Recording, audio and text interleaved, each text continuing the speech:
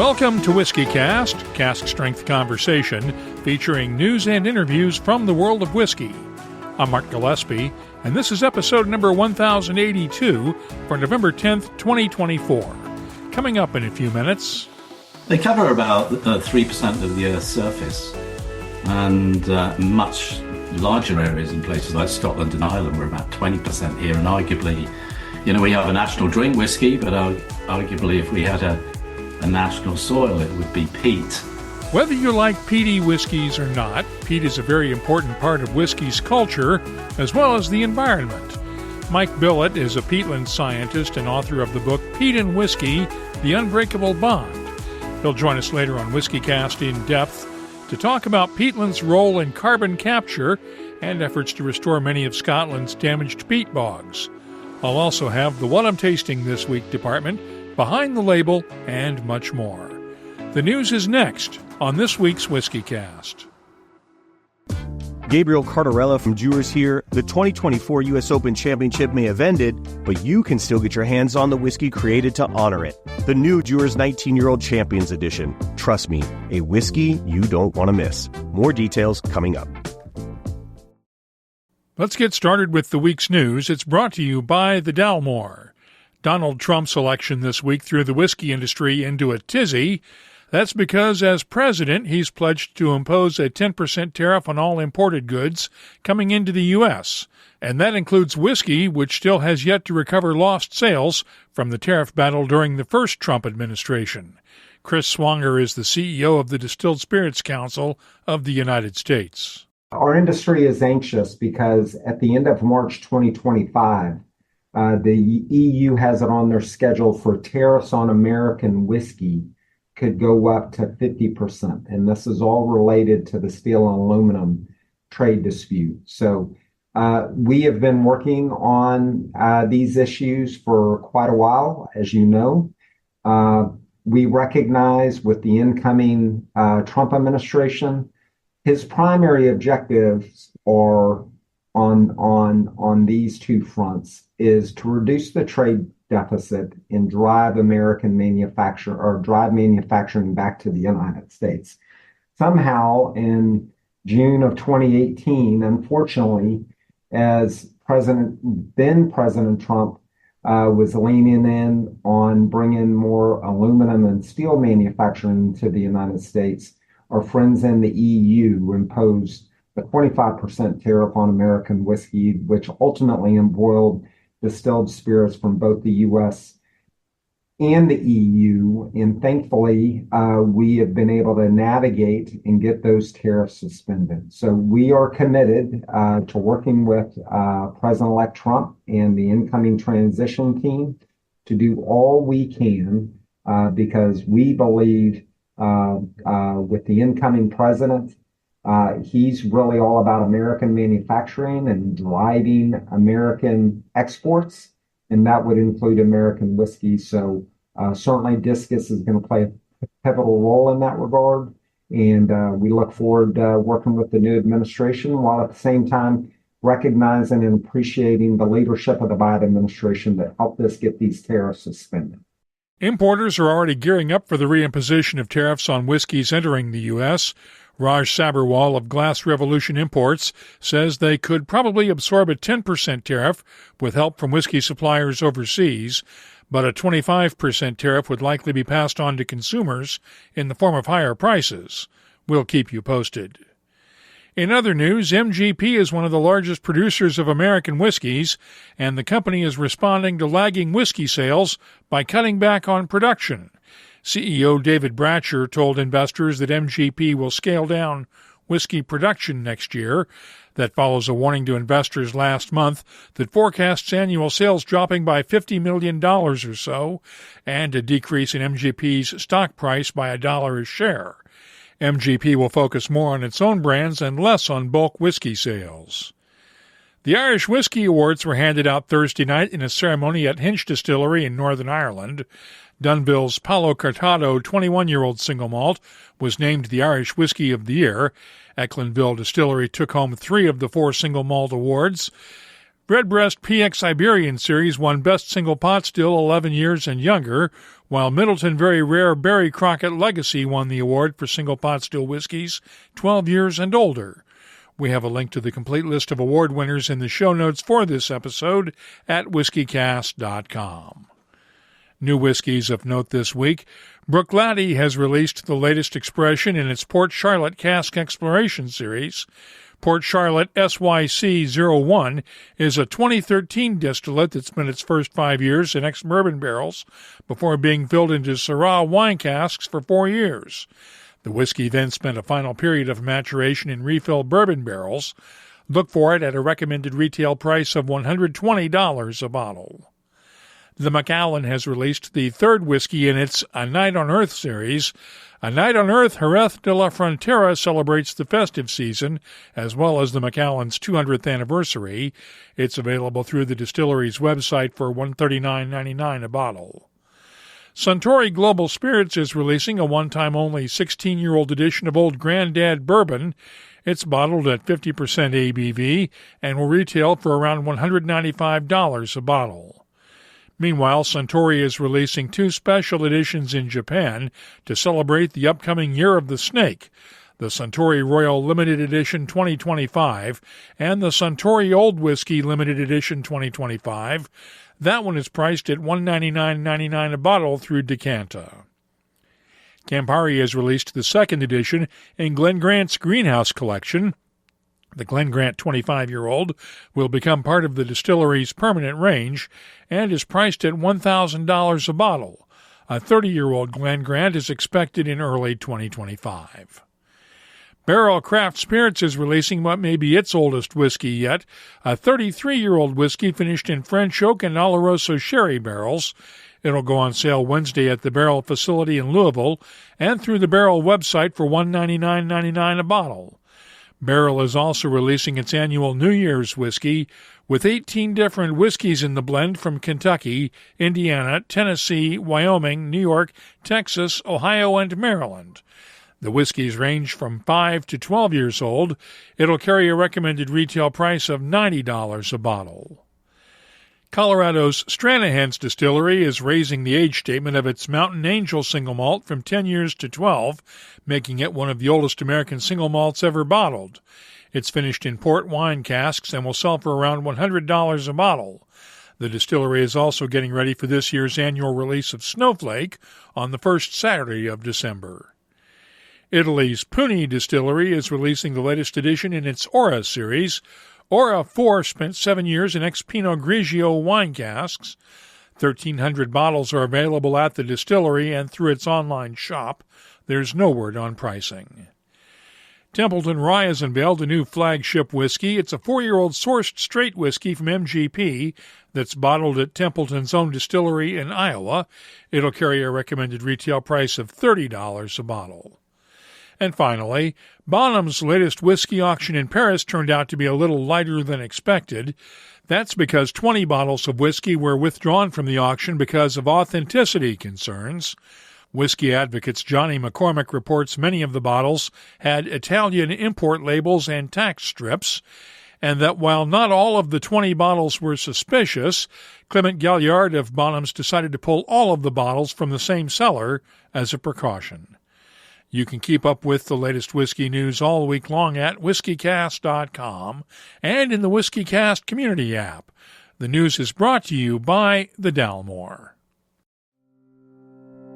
Hello, Richard Patterson here, Master Distiller, Master Blender for the Dalmore.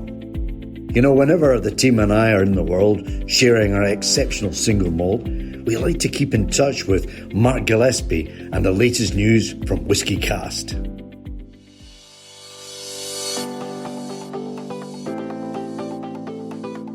We're getting into a busy time of the year, so let's check the calendar and see what's happening around the world of whiskey. Whiskey Live Hong Kong is this coming weekend, along with Whiskey Live Holland at The Hague in the Netherlands. Whiskey Fest Chicago is on Friday night, and the World Whiskey Experience is on Friday and Saturday in London. Iron Root Republic Distilling in Denison, Texas, has a 10th anniversary party this Saturday at the distillery. More on that next time around. I'll be at the New Brunswick Spirits Festival from the 19th through the 23rd. Whiskey Fest New York is on the 20th. The Whiskey Washback DC is on the 22nd, along with Whiskeys of the World in Chicago. The English Whiskey Festival is on the 23rd in Birmingham, England, along with Whiskey Live Singapore. Finally, the Banff Whiskey Experience is on November 29th and 30th in Banff, Alberta. If you're organizing a whiskey event, let us know about it. We'll add it to the calendars at whiskycast.com and in the WhiskyCast community app. Every year, Dewar's, the official Scotch whiskey of the U.S. Open Championship, rolls out a special limited edition whiskey to celebrate that year's tournament. The 2024 championship wrapped up in June, but the 2024 Dewar's 19-year Pinehurst edition is available now, and you don't want to miss it. This year's 19-year whiskey is double-aged, then extra-matured in rye casks, offering a rich profile with notes of pear and heather honey. There's a hint of spice in there, too, along with a dusting of cinnamon and cocoa powder. It's a sensory delight for any true whiskey or golf fan. So trust me, my fellow aficionados, grab a bottle and enjoy a whiskey crafted with the same skill and precision that makes the U.S. Open legendary. Please drink responsibly. Copyright 2024. Dewar's Blended Scotch Whiskey, 46% alcohol by volume. Imported by John Dewar & Sons, Coral Gables, Florida. WhiskyCast In-Depth is brought to you by Oban and the Classic Malts lineup. New Lines magazine published an article this week with a controversial headline: Will climate concerns push Scotland to change its famous whiskey taste? Scotland has already cut back on the extraction and sale of peat for gardening, and there's talk that whiskey may be the next target. That's not likely, according to Mike Billett, a peatland scientist and author of Peat and Whisky, The Unbreakable Bond, which was published last month in paperback. Some 80% of Scotland's peat bogs are in decline, according to Billett, but there are efforts underway to restore the bogs, which are an important store of carbon and key to mitigating climate change. I talked with Mike Billett recently on a Zoom call. So first of all, tell me what a peatland scientist does. Yeah, well, a peatland scientist, we basically measure change, Mark. I mean, what we do is there are a lot of areas of research that come together, and I worked on some huge international projects involving people across the world, particularly in Canada, actually. Many of the big projects were in Canada, but my expertise was on water chemistry. We were basically measuring the amount of carbon that was stored and released from these peatlands. So we were very interested in sustainability, in renewal, and basically the projects I was involved in, Mark, involved measuring the amounts of carbon that were being drawn down from the atmosphere, or indeed in a damaged peatland released from the atmosphere. So I was the kind of waterman. We all had various, bits of the ecosystem to study. Other people dug deep into the vegetation and the big vegetation changes in the Arctic. But a lot of the latter projects I worked in, obviously a lot in Scotland, but they were on climate change, particularly in the high Arctic regions. So we went up to the northwest of Canada, up to Inuvik, and also went up to Bylot Island as well, working on big international programs. And increasingly, these big kind of environmental questions are answered by large groups of people who come together in consortia to answer some big questions. In the book, you describe a peat bog as a living thing. It actually breathes, right? Yeah, absolutely. I mean, basically what happens is that the peat bog is taking out carbon dioxide at various amounts during the year, and also releasing it. And so we talk about bog breathing. At this time of year now, we're in fall. What's happening in a peatland is the peatland is gradually switching off. So if you like, a whiskey analogy would be going into a quiet season. So the bog is basically slowing down its growth, and it's winter's beginning to arrive, and there's not so much photosynthesis, there's not so much retention of the carbon, so it tends to leak a bit more. But over the year, what we're doing is a kind of a balancing series of balancing measurements, trying to find out whether these systems are actually storing carbon or releasing releasing them. So we recognize an annual cycle, but also a daily cycle as well, associated with daylight hours. Peat bogs are really an important resource for protecting us from climate change in many ways, right? Right. Yeah. Absolutely. They cover about 3% of the Earth's surface, and much larger areas in places like Scotland and Ireland. We're about 20% here, and arguably, we have a national drink whiskey, but arguably, if we had a national soil, it would be peat. But it's a big part of our carbon, our mechanisms for storing carbon.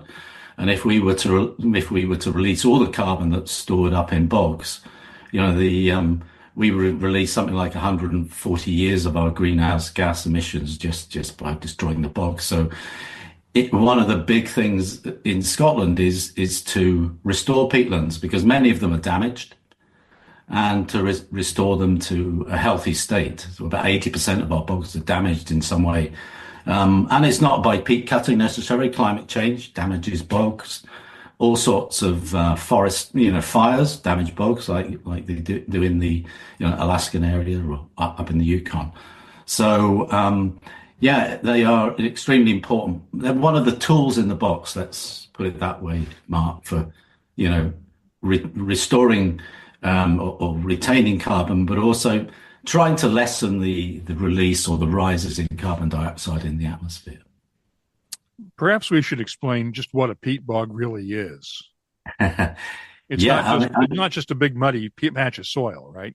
Oh no! Peat is a soil, obviously, but it consists of 90% water in when it's undrained in good healthy states, but it basically consists of partially decomposed organic matter. And that organic matter relates to the vegetation that grows on the bog. So in different parts of the world, we have different groups of vegetation and different species that grow on the bog. But the main, what we call the ecosystem engineer, are the sphagnum bogs, which, there are something like this super moss, as we call it, that soak up water. And there's something like 360 species of sphagnum moss in the world. We have 30 or 40 in Scotland. If you go to the bogs of New Zealand, you'll have completely different sphagnum species. So, in a whiskey, context, we have these different plants which are introducing different characteristics into a bog. But as I said, they're basically dominated by carbon, with a little bit of sort of minor material. So if you burn a peat, you're left with absolutely minimal amount of ash, and the big, so it's the peat bogs are made up by these what we call polyphenolic compounds.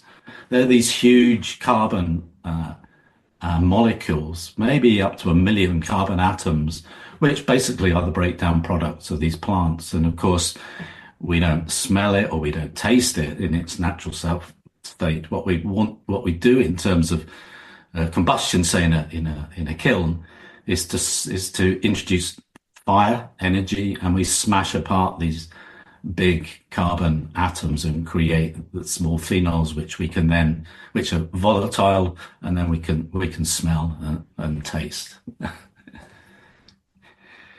There's always been a controversy or a debate over peaty water. Yeah. And whether whiskey gets its flavor from the peat that's in the water. You have drunk peat bog water.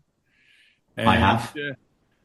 You're of the opinion, if I read this correctly, that there is no influence on flavor. There is no influence. Yeah, I think it's one of the great myths of the whiskey world. But you still meet people who say it has influence. But if you go back to the, I don't know, 50, 60 years ago, there was a perception that peaty water did influence the taste. And Bessie Williamson, the famous, whiskey manageress of Lefroy, was absolutely convinced, even though she employed a scientist to prove her point, who disproved her point.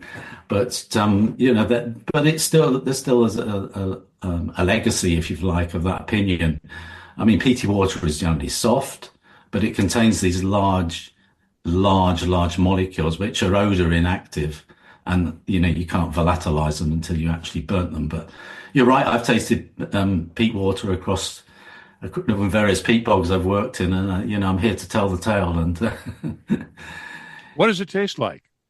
it tastes soft. I mean, I don't know if you're in a hard or a soft water region, but it just sometimes it's a bit dry or slightly tannic. But it's basically, I mean, I fill my water bottle when I'm working out in the bog. As long as the peaty water is free flowing, but it tastes neutral, and cook with it when I'm out camping and things like that. But there are some people obviously take baths in it as well. So it had all these wonderful medicinal properties in it. If you read the part of the book which talks about these sort of spiritual, if you like, or people used to take baths in peaty water as well. But yeah, it tastes soft and neutral, and maybe slightly tannic, but yeah, if it's clean and fresh, I don't have a problem with it. But stay away from a bog that's stagnant and smelling, unpleasant. Nah. A real peat reek. A real peat reek. That's one probably dead thing. How are the state of Scotland's peat bogs right now in general? Yeah, I mean, well, the recent survey shows that 80% of Scotland's peat bogs are damaged, or in what you might call unnatural condition. And they've been damaged in various ways over the past. Some of it you've talked to peatland scientists across the world, and people say, well, the biggest threat to our peatlands is climate change. So that's flash floods, that's summers of extreme drought, it's fire-induced change as well. And the problem really with a country that's, fairly densely populated, and our most damaged bogs are in the lowland areas of Scotland. They've been drained, and drainage of a peat bog is the worst thing you can possibly do. But of course, you need to drain it before you can cut it.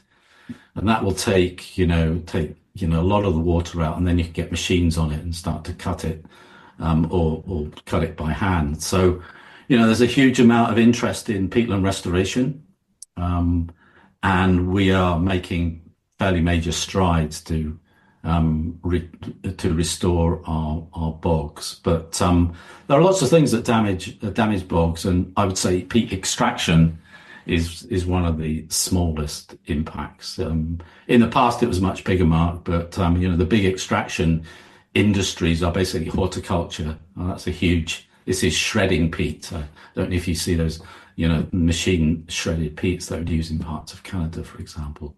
Oh yeah.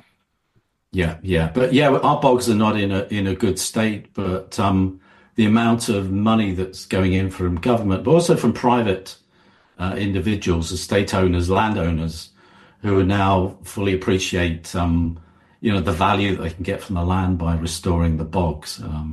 And in the old, probably 30, 40 years ago, it was all about biodiversity on bogs, the special plants and animals on the bogs. But now it's about carbon storage and meeting, the tough climate targets that we have in this country and many countries around the world. How hard is it to restore a bog? If it takes thousands of years to create a bog, why would it take thousands of years to restore it? Yeah, well, it takes, that's one of the areas that science has really helped us, I think. Yes, it takes, hundreds or certainly thousands of years to form bogs. So our bogs formed after the end of the last ice age. So in Scotland, our oldest bogs are probably about 10,000 years old. But we know now from research and also various ways of restoring bogs. A lot of that research actually comes from Canada, that you can restore a bog to good ecological health in 20 to 30 years. So that's basically switching back from carbon loss to carbon accumulation. So the bog begins to regrow rather than become depleted in terms of its carbon. So, it's about depletion and renewal. So you can bring those plants back, and some bogs are much easier to restore than others. Some are so damaged. I mean, if you cut a bog down to the soil or to the bedrock, you can't bring it back. It's basically gone. And there are some countries which are in that situation. But we can start bringing the carbon back. We can start to get the peat to regrow. And peat will regrow, I think it's important to say, on average, about 1 millimeter a year. But there are many bogs in the world that grow faster than that. And certainly when you recover a bog and get things going again, and the primary way you do that is to block the drains. So what you're doing basically is trying to get the bog to re-wet as fast as possible. So bringing the water table back up to close to the surface allows those bog-forming vegetation, particularly the sphagnum mosses, to start to regrow. And that's where we want to be. And now, a millimetre of year. Often a freshly restored bog will be growing at maybe 3 or 4. I've measured 4 or 5 millimetres a year. So it's adding carbon and basically recovering. Why are we so attracted to peaty whiskies? That's a very interesting question. And I talk to people exactly. It's a kind of philosophical question, Mark. I mean, if you talk to people, we talk about this sort of. It reminds us of our kind of past. There's something fundamental about smoke, which maybe makes us feel safe. It was obviously part of our, food. It was the way food was preserved. You've probably experienced peat fires yourself, but something special about a peat fire that's quite different from any sort of a coal fire or a wood fire. It's a different type of kind of aroma.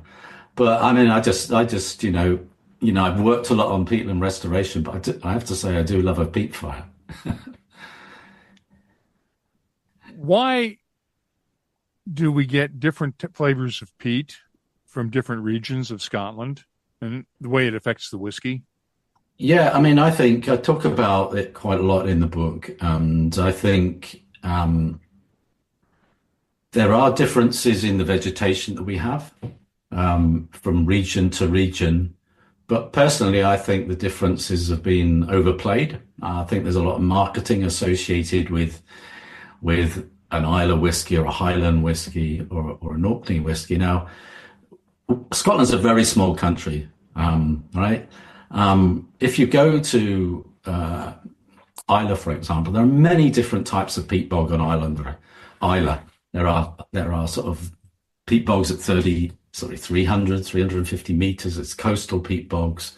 There's near coastal peat bogs. They're forming lots of different peatlands, even in an island as small as that.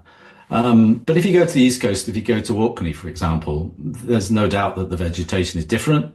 Everybody talks about Highland Park being a sort of floral, more aromatic type of peatland. And interestingly, when I was researching the book, Highland Park, used to actually use heather in terms of the kilning process to add that flavour. But I think we're a small country, and I think personally, when it comes, to talk about provenance or terroir, the more I've learnt about whiskey and talked to people who make whiskey, the influence of the distiller is huge. What you can do with the phenol profile is enormous. So if you go to Torreveg, for example, is a very good example of a distillery on Skye, which spent some time exploring the phenol profile. So that's what I call opening the black box. So they did a lot of analytical work with different still runs to look at what they were interested in is generating a sweet peat profile, not that creosole, tarry, Lefroy or Beg type traditional flavors. So they were basically wanting to get a particular group of phenols that gave them the flavors that they wanted as a distillery. So what I'm saying is you can manipulate the phenolic component and the flavors you get from it. But I think, going back to terroir, if you look at what I call global peat, so this is peat that's spread across, or peatland whiskies that have been made in New Zealand, been made in Scandinavia or in Pacific Northwest, Westland Distillery, you see real differences in vegetation. I mean, quite dramatic differences in the plants that grow there. And, tasting the whiskies, which I like to do, when I do tastings, talking about global peat, I really do pick up strong flavor differences rather than these sort of nuances that you can maybe pick up in some of these regional differences. So, I think that's where I stand, in terms of the regional differences in Scotland. I mean, of course, in the past and still now, a lot of our peat is coming from relatively few bogs. So now most of our peat is coming in the whiskey world is coming from a bog in Aberdeenshire, and that generates huge flavour differences in distilleries that use it up and down the breadth of the country and around the world. Correct me if I'm wrong on this, but back in the old days when almost every distillery used peat, it almost seems like you could overlay a map of Scotland's peat bogs on Scotland's whiskey regions and get different flavor and get the different flavors of each region according to the different types of peat that were grown there. That's obviously not the case now since most distilleries are unpeated. But back in the day when they had to use peat for a heat source, it almost seems like you could overlay that map. Yeah, if you combine that, it's an interest. I've never done that, but and then you add the transportation map, which is the railway system. Then that helps you really understand how distilleries are distributed in Scotland. But I mean, you're right in saying, if we go back to the turn of the 20th century, the 1900s, 20 years after Barnard, if you like, we've probably got 60 or 70 active peat bogs in which the distillery workers would go up in the summer, often with their families, cut the peats in the silent season and bring them back and store them in the peat sheds. So there was all those peat bogs they were present at a certain altitude, they had a certain wetness, they had a certain type of vegetation. So potentially, you could really see some differences in some of the flavor profiles. And one of the things there are a number of things that jumped out at me when I was researching the book. Was one, first of all, Speyside, how common peated whiskey was in the Speyside distilleries, and many of them had their own peat bogs, and some of the lowland distilleries as well. Also cut peat. And we never, of course, think of lowland whiskey now as being peated in that respect. So, there's that famous quote about every distillery. It was a quote from the 1930s having, the economic necessity for a distillery was to have its own peat bog, which would have been cut not only, in terms of, it would be cut in different ways. It would be stored in different ways. The whiskey would have been made in different ways. And possibly the way the whiskey was made, might have been related to the kind of quality of the peat, its density, its wetness and things like that. So I guess it was there's a sort of an indirect relationship as well in terms of, how you would actually manage the peat during the kilning process. Can you foresee a day when peat cutting will be banned completely and whiskey will have to find some other way to put that flavor in? No, I can't see that. And I think part of the reason is that, if we talk about Scotland, is one that, first of all, the whiskey industry is so vital to the economy of Scotland, in the economy of the United Kingdom. And it's also vital to the communities that exist and depend on not only the distilleries, but the people who come and visit the distilleries and enjoy islands like Skye and Islay and Orkney. I think the other, and I talk about it quite a lot in the book, I put what I think is a way forward for the whiskey industry, particularly recognizing that 80% of our bogs are damaged in some way. I think the whiskey industry, and they're beginning to do it, particularly Beam Suntory, are basically restoring peatlands and putting back more carbon than they're actually taking out in their process. So, the whiskey industry has an opportunity, I think, to invest in peatland restoration, engage with the the community. And I certainly know from writing this book that they want to do that. And I think a lot of it is about mechanisms. I often, get asked or get emails saying, "Oh, how do we actually engage? How do we make a contribution?" And you've got lots of players here as well, Mark. I think it's fair to say you've got got private peat cutters in some cases.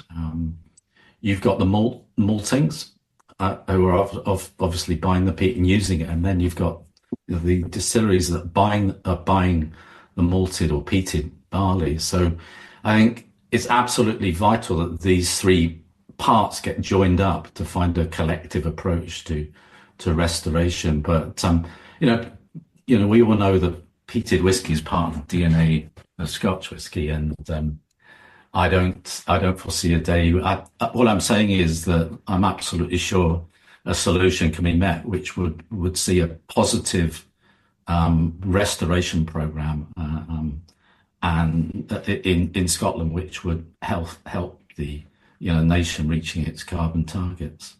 I mean, you don't need to restore an awful lot. If you do the calculations about how much peat is cut each year, we use about 6,000 to 7,000 tons of dry peat. You don't need to restore that amount of bogs. It's about having the expertise and starting the process and engaging and understanding the process. What did you learn writing this book? What I learned writing this book was I learned a lot about the whiskey industry. And one of my sort of motivations for writing the book was basically to get peatland science out. I mean, the book really celebrates the 400-year relationship between peat and whiskey. But I learned a huge amount of, there's some big stories that came out that I knew nothing about in terms of the whiskey industry. I learned how to write. If it's an author's kind of, I actually went back to university and did an evening class in writing, non-creative writing. So I'm a scientist. I've written lots of papers, but writing a scientific paper is very formulaic. But being a creative writer, writing in a popular way and trying to get, this science across to people in an interesting and engaging way was, I thought it was quite an achievement, and a lot of people have liked what I've written. But they say the art of writing is rewriting, and I completely concur to that. But I learned how to write in a different way, and I'm looking forward to writing again. Mike Billett's book, Peat and Whisky, The Unbreakable Bond, has just been published in paperback in North America and the UK. It's a book every lover of peaty whiskies needs to read. That's WhiskyCast In-Depth, brought to you by Oban, a deliciously smooth single malt known for its coastal charm and Highland heritage, loved by whiskey lovers worldwide. Discover Oban's full lineup at malts.com. Let's start off the What I'm Tasting This Week department with the J. Rieger Straight Bourbon from Kansas City's J. Rieger & Company. It's bottled at 45% ABV, and the nose has touches of caramel candy, red apples, tobacco leaf, and molasses. The taste has notes of dried fruits, oak tannins, soft spices, and caramel candy. The finish is long with subtle spices and touches of honey and anise. I'm scoring the J. Rieger Straight Bourbon a 90. Liberty Pole Spirits in Washington, Pennsylvania, has released its Old Monongahela Full Proof Rye Whiskey. It's a throwback to the days when Pennsylvania ryes dominated the market. This one is bottled at 54% ABV. The nose has baking spices, molasses, brown sugar, and cocoa beans. The taste has notes of dark chocolate, black pepper, clove, molasses, brown sugar, and honey, while the finish is long and spicy. I'm scoring the Old Monongahela Full Proof Rye from Liberty Pole Spirits a 93. And finally, I received a sample this week of the new Crown Royal 31-year-old Canadian whiskey. It's bottled at 46% ABV, and the nose has touches of ginger, honey, vanilla, chocolate, and a hint of oak. The taste is syrupy and thick with maple, white pepper, chocolate, honey, and hints of ginger and oak. The finish is long with touches of maple, honey, and soft spices. I'm scoring the Crown Royal aged 31 years, a 92. I'll be adding these tasting notes to our searchable list of more than 3,800 different whiskeys from all over the world. Check it out this week at WhiskyCast.com. Let's open up the WhiskyCast community app and see what people are talking about this week. Our community segment is presented by Waterford Whiskey. As you might expect, the election and tariffs were a big talking point this week. Scott Rogers posted this comment. A friend works in liquor retail and expected, based on what he experienced as a result of Scotch tariffs in the first Trump term, that liquor retailers will likely shed jobs if the promised 20% tariff is imposed. Tariffs directly raise prices of the taxed imported products, but they also indirectly raise prices of the domestic alternatives that compete with them, which happened after Trump's 2019 tariffs. ARR added, trouble is when the prices go up on Scotch due to tariffs, they will most likely not come down even after tariffs have ended. Thankfully, U.S. domestic whiskey is really good and will hopefully stay reasonably priced. J.D. Hostetler said, I'm restocking a few bottles of my favorite scotches before tariffs set in, and I'll drink more bourbon and save the scotch for special occasions. And North Texas Matt responded, I think that is going to have to be the plan for a number of us. Between our tariffs and their taxes, I would not be surprised to see any of the bigger names go up another 25% or more in price next year. And finally, from Juan Cruz, I've already stopped buying whiskey because of the seemingly arbitrary price increases of my favorites. I think I may have enough whiskey for Trump's entire term, so will not buy any more unless strictly necessary, or I find something reasonably priced. Trump's tariffs will make whiskey pricing worse. One comment on last week's Ask the Distiller interview with Dr. Bill Lumsden. IRAM1 posted this comment on YouTube. Sadly, Bill is disappointing in this interview, very much. Just marketing and give me your money in the background. Okay, that's one opinion. What's your opinion? Share it with us in the WhiskyCast community app. Download it today from your app store and join the conversation. You can also find us on X, Threads, Instagram, and Facebook at WhiskyCast, and the email address is comments@whiskycast.com. Our community segment is presented by Waterford Whiskey on the web at waterfordwhiskey.com. Every Irish single-farm origin gives completely different flavours when it's malted, fermented, distilled and matured. That's why we're exploring Irish terroir. Imagine how many flavours we find working with over 100 of them. Waterford Whiskey, the most naturally flavoursome single malt. Let's close out the show now with Behind the Label, our look at the history, science, and people who make whiskey unique. Let's go back to our discussion of peat for a moment. How exactly do maltsters determine the parts per million of phenols in a batch of peated malt? That's how we keep score to determine just how peaty a whiskey is. Mike Billett tells the story in Peat and Whisky, The Unbreakable Bond. It all goes back to 1968 when Colin McFarlane, a chemist at the malt trading firm of Munton and Fison Limited, derived what came to be known as the McFarlane method. Basically, observers take a sample of peated malt and extract the absorbed phenols from the surface of the grain, then oxidize the free phenolics and color them with dye. The more intense the color, the higher the ppm of the malt. McFarlane is also the scientist who disproved the notion that peaty water influences the flavor of a whiskey. While he confirmed the existence of phenols in kilned malt that had been subjected to heat, he found no evidence of phenols in the Isle of water he tested. Billett writes that the late great Lafroig manager Bessie Williamson was not happy with McFarlane's findings and maintained until her death that Lafroig's water supply enhanced the essence of her whiskey. If you have something you'd like us to look at on an upcoming episode, just get in touch with us.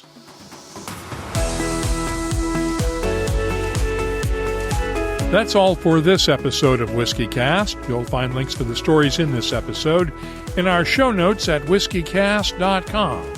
That's also where you'll find the latest whiskey news, my tasting notes, the calendar of events, the whiskey photo of the week, and, of course, a complete archive of past episodes going all the way back to 2005. Get in touch with us on X, Threads, Instagram, and Facebook at WhiskyCast, or you can use the WhiskyCast Community app. Download it today from the Apple and Google App Stores. Our email address is comments@whiskycast.com. The 2024 release of Dewar's 19-Year-Old Champions Edition is out now, available at Dewar's.com. Get it while you can and appreciate every double-aged rye cask finished dram. Please drink responsibly. WhiskyCast is a production of Cask Strength Media, copyright 2024, and comes to you from the charming, yet regrettably dry town of Haddonfield, New Jersey. I'm Mark Gillespie, reminding you that when you drink, please drink responsibly. Thanks for listening.